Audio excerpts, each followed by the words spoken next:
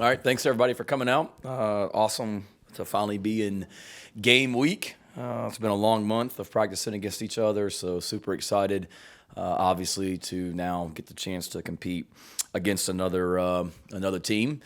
Going back to last week was a really good week for us. Our mock game week, where we simulated everything that we would do during a normal game week, capped that off with a Friday afternoon practice where we essentially simulated a game and every scenario you can think of, pregame warm-ups, halftime organization, all the different scenarios that come up during the game, into games, things like that as well, trying to be as prepared as possible for this upcoming Saturday. Thought that went really well. Our players and staff had Saturday off and then right back in here on Sunday to get going on our normal game week as well. So had a really good practice this morning.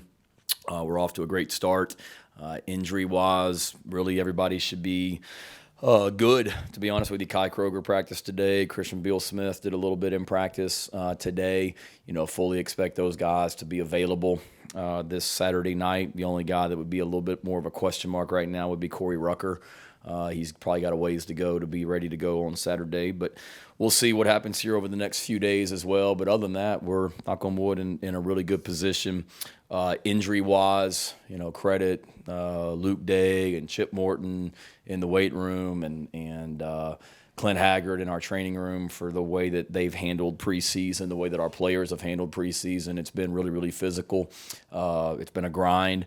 I think those two departments, along with myself, we meet regularly just to kind of map out practice and where we are as a football team, and they've done a good job just trying to limit some of the soft tissue injuries and things like that you normally deal with this time of year.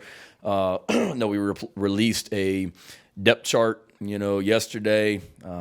We looked at it. I can assure you I didn't spend 3 hours poring over it before we released it to you guys. I hate to disappoint you on that. All I would urge you is please be flexible. The way it's listed right now, it may not exactly be that way on the first play Saturday night or the first defense on Saturday night, depending on the personnel grouping that's in the game.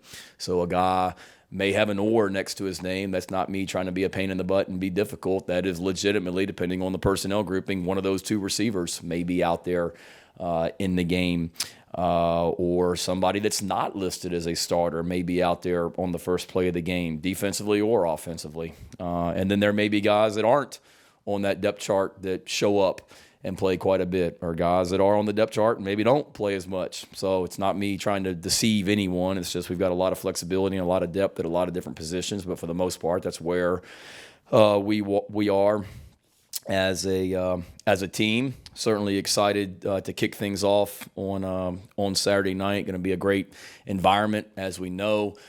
Want to congratulate Tommy Suggs going into his 50th year in the radio booth for us. That's remarkable, but what an awesome accomplishment by him. And he's was a great friend of mine before I came back here when I was here as an assistant coach. He's a great friend and a neighbor now here in Columbia, and certainly appreciate his support, and awesome having him and Todd Ellis heading up our radio crew again this year as well. And it's going to be great to have Jadeveon back this weekend as well. A guy that was the number one player in the country. Me and Tommy were actually talking about this last week. Very rarely do you have a guy that's the number one player in the country and then goes to a college and then ends up being the number one draft pick as well after his college career also. You got a lot of guys that are number one player. I don't know how many of them ended up being the number one draft pick, but certainly excited to have him back and was around obviously during his recruitment, and it'll be a great environment, and we'll have a great opportunity for him, and excited for him getting honored, and will be fantastic for so many of these recruits that'll be here on Saturday night to see him, a guy that was in their shoes and got to where they want to be. Also as well, nothing like a Saturday night in Williams-Brice Stadium, and expect Saturday night to be no different, starting with our Gamecock walk when our players arrive here, to come into the stadium. Expect that to be electric and rocking as well. I know our players certainly appreciate that. I know I do, and our coaches do as well. It's something special, and and very unique. I've been a lot of places, and they have walks, but they don't have a walk like we have. And it's going to be awesome to be out there. It's going to be awesome to see the cockpit again down there in the end zone in the student section, our band, our cheerleaders, our fans, everything that makes Williams-Brice special as well.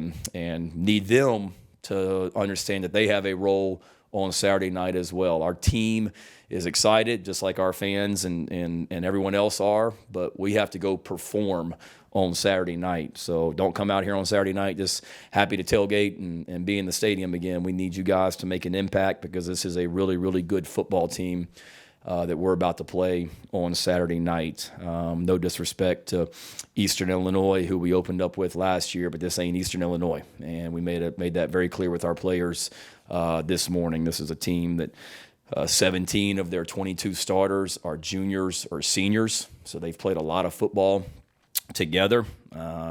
They beat Tennessee not that long ago.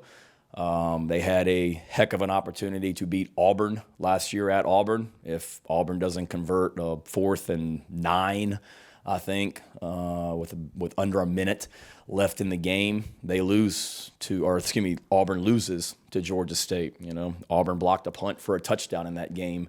Otherwise, it's not even a ball game at the end as well. So it's a very confident team that has gone on the road in the SEC and performed very well, and had an opportunity, did win one game, and had very much of an opportunity to win a second game against an SEC team on the road. We've made a big point of emphasis about running the ball and stopping the run, but we'll find out how much progress we've made Saturday night. These guys were 8th in the country last year in running the football. So obviously you're going to see your service academies up there year in, year out, because that's what they do. And then after the service academies, you got to be really good at running the football to be up there, and they were 8th in the country last year. Defensively, they're disruptive. They set school records last year for sacks, tackles for loss, and turnovers forced, if I'm not mistaken. So a very disruptive defense, a very good offense that can run the football, as they've shown, that certainly will not be intimidated coming in here. And you got a lot of ties, actually. Obviously, 20 players on their team from South Carolina, including the starting quarterback. So we know what this game means to them, and certainly our guys are going to be extremely excited to go play. But we have to go play well. And again, they've been in some stadiums in the SEC. Georgia State has. Auburn was an afternoon game. Tennessee was an afternoon game. We need the experience in Williams-Brice Stadium under the lights at night. It's their first time in an SEC stadium at night, and we need this thing to be absolutely rocking Saturday night, Gamecock Nation. So counting on you from that standpoint. And any questions you guys have, I'll be glad to answer. I don't even have to ask it. I know it's quoting the Dave right over here. So Shane, I'm just going to start saying, Dave, you got it. What do you got, my man? Shane, a couple for you. Standing up here a year from your first game after that, do you feel, any more nervous, anxious, that kind of thing? And the second is uniforms. I understand you make the call on that. Just what's your thought process on them? Did the players tell you that, or yeah, they've been in my ears since for a while. One of them, I won't name who. We were talking uniforms this morning. He actually wanted to know what accessories we're wearing with the uniforms as well. So I'm like, oh my God. You think in 1970 those guys were worried about the accessories they wore with their uniforms, but it's a different time. Uniform-wise, I decide. I talked to certain guys on the team. Like I said last year, David, I want us to be worried about how we play and how we prepare to play, and not worried about what we're wearing each week. So we're thankful for the awesome relationship that we have with Under Armour. We're thankful that we have multiple uniform combinations, but we're not going to be wearing something different every single week. Now, does that mean that we won't mix it up from time to time? Sure, we will. Garnet and black are our colors, and we certainly can mix that in there as well. But trust me, I hear from plenty of people on our uniforms and all that, and I want it to be about what we wear or how we play for sure, but also, want these guys to have some input as well. So we'll see. And then game one this year, like game one last year, no less nervous. You're always going to be, to me, I love game ones, but game ones stink. in a lot of ways too. Just the preparation, because there is so much unknown. And, not that game twos are easier than game ones, but game ones, because it is so new, there's so many unknowns because you've been practicing against yourself for so long. Guys, it's the first time they went out, or it'll be the first time they go out in an environment like that. We're playing a lot of new players, freshmen, transfers, as well. So just the unknown. So no, I feel like I got a better handle on things because it's my second time through, David. But as far as the nerves or any of that, no, it's still sky high. Shane, you mentioned even last week trying to get recruits out here. As you sit here with prospects finally able to come back on Saturday, what goes into making a quality experience and trip for a guy that's maybe coming in for just Friday night and Saturday and dipping after the game? Yeah, you don't have somebody that would be here for an official visit or really anybody that's here. So many, if they are coming in on Friday, just the opportunity to get around our players and coaches and staff as well as much as possible. It gives them extra time to do that, to feel what Columbia, South Carolina is like on a Friday night or a home football weekend. Certainly with it being a night game, we'll have some people that'll be here Saturday and they get a chance on Saturday during the day. This is a unbelievable college town. And to be able to get out and experience what a college town is like on a Saturday leading into a Saturday night in Columbia is pretty special and a great opportunity. And then, once they get to the game, it's about relationships, but certainly recruits see and watch that Gamecock walk when we arrive. So the bigger and more electric and loud and wild and crazy that is, the more of an impact that makes on these guys.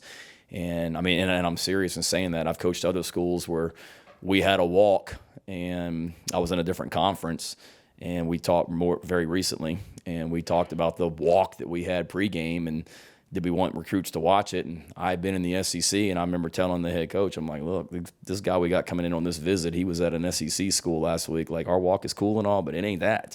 And it's the same thing here. So it's a different walk pregame environment, and then just the electricity in the stadium, the way all 80,000+ people, feel like they're playing the game for you, and truly, truly an asset and a home field advantage. And then just hopefully playing well and winning obviously helps the experience with the prospects and their families that are here. But like always, Colin, just being able to allow them to see what we're about, as a program and as people as well on game day. And we spent a lot of time with them when the coaches get to the stadium on Saturday. The players are getting dressed and all that, but we as coaches, the first hour until we go off the pregame, I'd spent doing nothing but just visiting with recruits. So I've got a little locker room office there at the stadium, so all I do is just sit in there and just recruits come in and out and visit with them and talk, and then I get to see them out there for pregame and after the game and all that as well. So a lot goes into it, and just be ourselves. Coach, what do you remember about going through the 2010 season with Coach Elliott, how special that season was, and what is your current relationship like with Sean Elliott as he comes back to Columbia this weekend? 2010 was special, to have so many great players that were on that group, and then to go play, for an SEC championship, and so many great moments during that season, beating Alabama out here, and then going down to Gainesville and winning down there in the swamp on a Saturday night to clinch the SEC East, and beating, who was it? Tennessee, Florida, Georgia, Alabama, then going up to, I guess that was at Clemson that year, right? Even number. Yeah, so playing at Clemson up there on a Saturday night, and I think Antonio Allen intercepted a pass that night and ran it back for a touchdown. Is that right? All right, as well. So I knew you'd remember. So a lot of great memories, from that season as well. And Sean's a heck of a football coach. Knew that then, and was a good friend. We vacationed together during that time. I can remember taking one or two trips to the beach, with he and his family. Our kids are about the same age, and he's done a great job, at Georgia State, and relationship is still good. As many of you know, he's still, here in Columbia. So my wife and I, we go walking all the time around Columbia, and we go walking in his neighborhood plenty, and see his wife Summer, who's awesome, out walking some, and certainly am a fan of what he's done at Georgia State and pull for them, except this Saturday. When you kind of pop the tape on Georgia State and start doing your initial kind of breakdown of Saturday, what jumps out at you about them? I know you mentioned their experience, but from a football sense, what kind of sticks out on first glance? They play really, really hard. For one, I mean, you watch them on defense. I mean, golly, they fly around and play really, really hard. For sure, they're disruptive. They're physical. Talking about all those stats, all the tackles for loss, the turnovers forced, the sacks. You don't do that unless you're really active and disruptive. So they're not staying in one place. I mean, it'll be a challenge for our guys because these guys on defense for Georgia State, they're moving, and they play good defense. Louisiana, I guess, won the Sun Belt last year, and they had them shut out. I was watching it yesterday. Shut out for the first half. Louisiana didn't score against them, and all these guys are back. And then offensively, obviously, the quarterback has got size and can run. And, he can throw the football. And they got receivers with some size that can make some plays. And got a veteran offensive line. The center is a heck of a player. Running backs are really, really good. Obviously, one of them was here previously as a defensive back. And just a veteran group, that plays really, really hard and plays with confidence. And a group that start 17 to 22 starters or juniors and seniors, they look like it. They know what they're doing. Coach, going back to Coach Elliott, you obviously know each other and how you coach pretty well. Are there tendencies of his that that you're able to prepare for? And on the flip side, are there tendencies of yours that he'll be preparing for that you're trying to hide? I don't think I've been a head coach long enough for me to have any. Maybe I do. I'll ask him after the game. I don't think there's so much tendencies with he and I. I think it's more just when you're playing his team, they're going to be really, really tough and physical, and they're going to play hard. And we're going to have to go play well to win the football game. This will not be easy by any stretch of the imagination. And, I think it's more you get into tendency-wise, it might be, offensive coordinator, defensive coordinator, those type of tendencies that you're looking at as far as schemes. But, certainly as you're watching the game and you see some of the things that they do during games, they're going to be very, very aggressive. They faked a punt last year against North Carolina from like 4th and 15 on their own 10-yard line, and that's aggressive. So we've got to be prepared for a lot of different things, and certainly they're coming in here fully expecting to win, and that's their mentality, and it should be. And Sean and I aren't going to decide this game. It'll be the players on the field. They got a bunch of really good ones, and so do we. Shane, I think at this time last year, Luke was hurt. Zeb was like 2 weeks back into playing college football. Obviously, it's a little bit of a different quarterback situation this year. I guess just how do you feel about where Spencer's at right now, walking into game one, and what he can bring, and what do you kind of expect from him? And then I guess less importantly, or maybe more importantly, how much input did you get on the mascot? This is renaming. Spencer, certainly different from last year for sure. Last year at this time, you're right, we're getting ready to start a graduate assistant, and we're worried about that. And then his backup is a guy that had just transferred from St. Francis, and his backup was a true freshman out of high school. So that was a little bit more concerning. Not that it's not this year, but like I've said before, you've got older, more experienced guys in that room right now. But it's still – yes, Spencer's played in a lot of big games, but it's going to be his first time here. It's going to be his first time in a game running this offense. It's going to be his first time in that stadium. So there's a lot of unknowns with him. So I think the biggest thing with him and any of our guys is just go out there and just, I know it's cliche, but just do your job, be yourself. You don't have to be Superman out there. And just go, make plays and execute. And, he's a older guy. I know he's excited. We've had some good conversations here this week, and I'm excited to go watch him and all these guys play. As far as the mascot, zero. No one asked me my opinion at all. I got a lot more. I don't want to say a lot more to worry about, but I'm trying to get a football team ready to play on Saturday. Not chiming in on names for sure. Shane, I wanted to ask about Spencer too. He seems like when we see him, he's a very poised, easygoing young man. It seems unusual for 20-somethings there. Is he that way around the building? Is he that way on the field? Is he just kind of is that just who he is? That's who he is. It is, and we want him to be himself, but there's also, you got to understand, as the quarterback, you are the leader, of the offense in so many ways. And we got some fantastic leaders on that offense. I mean, Javon Gwynn was a captain last year and other guys, and we don't need Spencer to do it all, but he's in a leadership position for sure. And I've seen his how vocal he is grow. He's not afraid to get on guys out there when he needs to. I think he does a great job of just communicating with the receivers and the tight ends and the running backs and the passing game about, what he wants and what he saw and things like that. There's been some good communication. So I like his mentality. It's who he is. But don't let that mistake you for not being a fiery competitor and vocal when he needs to be. Hey, Shane. Oh, sorry, Rick. Could you elaborate a little bit more on what makes the Gamecock walk so unique, and how amped up were you after your first Gamecock walk last year as head coach? And also, Georgia State, you say they played tough and hard. How much of that is a reflection of Sean's personality? Yeah.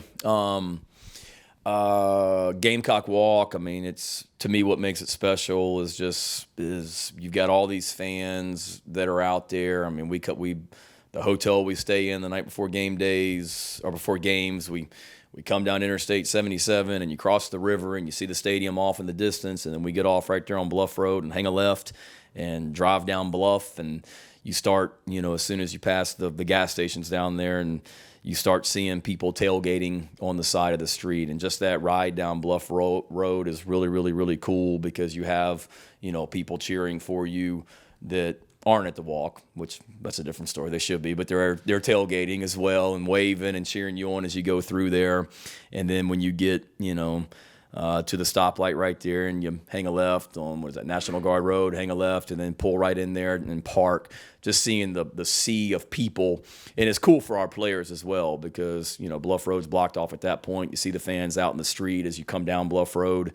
It's a great moment for me, and I know our players, just hearing them on the bus, the excitement and seeing people. And then you get off that bus, and then it's constant loud noise for the next 10, 15 minutes or whatever. It's not like, you walk in this part and it's pretty quiet, then all of a sudden the noise goes back up and then it dies down. I mean, it's loud and you can't hear yourself think the entire time.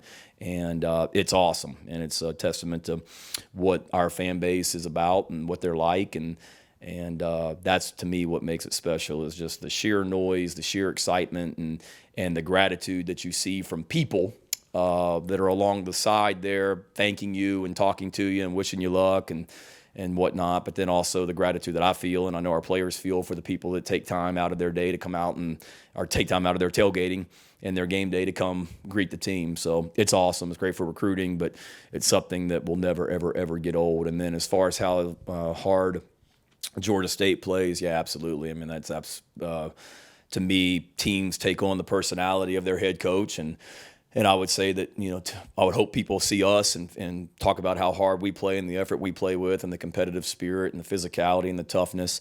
But you certainly see that, with them also. I mean, you guys that have been here for a while, I mean, their game days when Sean was here, I mean, I used to think we'd have to get him an IV after some pregame warm-ups, just pregame warm-up. He's out there sweating and bleeding and drenched in sweat. We haven't even kicked off. And that was as the O-line coach. So now as the head coach, the team kind of takes on that personality as well, and he's done a really good job there, and it's a testament to him.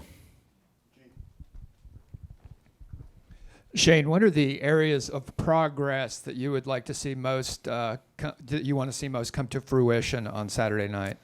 From last year to this year, or just like preseason camp? Okay, like where from now until then, where we need to really improve. I think you never you're never completely at ease with like timing and everything in the passing game. And we've got a lot of new faces that we're throwing to and a new face throwing to them. So you talk about, Xavier Leggett and Jaheim and Trayvon Kenyon and what to carry on and Josh Van and Jalen Brooks. I mean, those guys are returning, but then you got guys like Juice Wells and you got guys like Austin Stogner and you got guys like Lavoisier Carroll and Christian Beal Smith that are new and whoever else, Corey Rucker, that it's a lot of new faces and just the timing of everything, getting used to each other. Certainly you want that to continue to, to come along. And then you guys saw the two deep. I mean, there's a lot of true freshmen that are listed in that two deep and continuing to get them to where they improve and you feel more and more, not that we don't, but you feel more and more confident about them going out there in a critical situation Saturday night. The more we can put those guys in those situations and prepare them and they prepare themselves mentally to go play on Saturday night the way they need to play. You're talking about the player asking about accessories. Was he trying to wear a neck roll or a cowboy collar or something like that? Or I think he was talking socks and wristbands and all that. I'm like, are you serious, man? Like accessories? No neck rolls. This was a wide receiver, so there were certainly no neck rolls with those guys. I figured that or a DB one. Yeah, exactly. Jordan Strawn's obviously a bigger game for him. What are you expecting out of him on Saturday and, of course, throughout the next 11 games after that? Yeah, Jordan's been awesome. Since he came back this season, I mean, he's really stepped up with his leadership off the field, his play on the field, the way he's practiced, the way that he's worked, the way that he's gotten better on special teams. He's been awesome, since January. And I know it's a, cool moment for him coming back or coming and getting to play his former team. I know it's cool for Jamias getting ready to, come back. I mean, he's been there I remember recruiting him when we were at Georgia in 2016 as well. So you got two former players on different teams coming back and playing their former teammates. But, as far as Jordan specifically, I would expect him to continue to do what he's done all year, and that's play really, really well and be a great leader for us as well, and don't make it bigger than it is either. At the end of the day, it's about executing and doing your job, and confident that he'll do that. And I want to ask about Jam as well, and just what you remember about him from those days. He was class of 17, like Strawn. Yeah, I remember being at Georgia, and he was right down the road at Grayson High School, and how much we liked him at Georgia, and Kirby liked him and the way that he played, and you see that. I mean, the guy's just a really good football player. The fact that he has got ability as a returner, he's now playing running back. He was a defensive back, so he's just one of those guys. It's just a really, really good football player, and watching him run the football, I mean, it's impressive. He's got a feel for it back there. He's got a knack. He's got great patience. He's got great vision, and has had some really quality runs against some big-time opponents, along with the other running back, they have back there as well, who's a really good player. Coach, you brought it up earlier, Jadeveon coming back. What does that mean to have him back, and then what does it mean to have a guy like Spencer continuing the tradition of number 7? Yeah, have Jadeveon back is awesome. Anytime we get our former players back, I love it. And, we got former players on this staff. We constantly have former players that are coming back to visit and watch practice. It's their program. I'm just the head coach of it.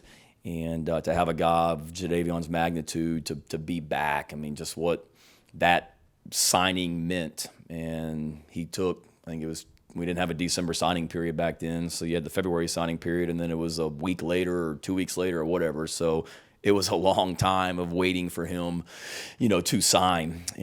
But to sign a player of that magnitude, and it goes back to what we tell recruits now. I mean, when we were winning at a really, really high level here, we were doing it by keeping the best players in South Carolina at home. We've done that this year with the guys that are committed, to us right now, and need to continue, to win our share of those battles as well. But Jadeveon was a great statement when he came and followed Marcus Lattimore and Alshon Jeffrey and Stephon Gilmore and guys from the previous years also as well. So it'll be great to see him And, last time I saw him, I think I was out in Houston watching a Houston Texans practice. And so I'm excited to see him back here for sure. And then Spencer as well. I really hadn't thought about the whole number 7 connection with Spencer and him both. But, it's great to see Spencer wearing any jersey here at South Carolina. I guess it's even better that he's wearing 7. Take 2 more. Colin, then Mike. Shane, I know priority number 1 is to win the game and just get out of here without injuries. But when you look at what a successful night looks like for you guys on both offensive and defensive side, what do you want to see from both of those units to make you feel comfortable going into week 2? Just efficiency for sure. And we've talked about it with our team, and I sound like a broken record, but it's game 1. It's the first time you've been through this stuff. So just clean from a personnel, substitutions, communication, defensively tackling really well. And let's just look like a well-coached football team. And Georgia State's going to make plays. How do we handle adversity? It's not all going to be great out there on Saturday night. There's going to be some adversity that we have to deal with throughout the game. How do we deal with it? And seeing how we respond to that from that standpoint, will be key. But that's the biggest thing, Colin, is just defensively clean with our substitutions. We're going to play a lot of players. Be good tacklers, and offensively, same thing. We're going to play a lot of players, clean with our substitutions, and basically don't beat ourselves, with just dumb stuff. I think in the Eastern Illinois game last year, one time we came out of a timeout, and I think we had 10 guys on the field. Don't do dumb stuff like that. And that starts with me and starts with us as coaches, so just really being good from that standpoint. I got you. I saw your hand up there. I'm coming back to you. Can I override you on that one? He's been trying. All right. It's a little bit of an out-of-the-box question here for you, but 7:30 p.m. kicks. You're waiting around all day. It's kind of tough for coaches and players, I assume, to sort of shut off the football mind. Are there any genuine moments, though, of calmness on a Saturday before kickoff? Not really.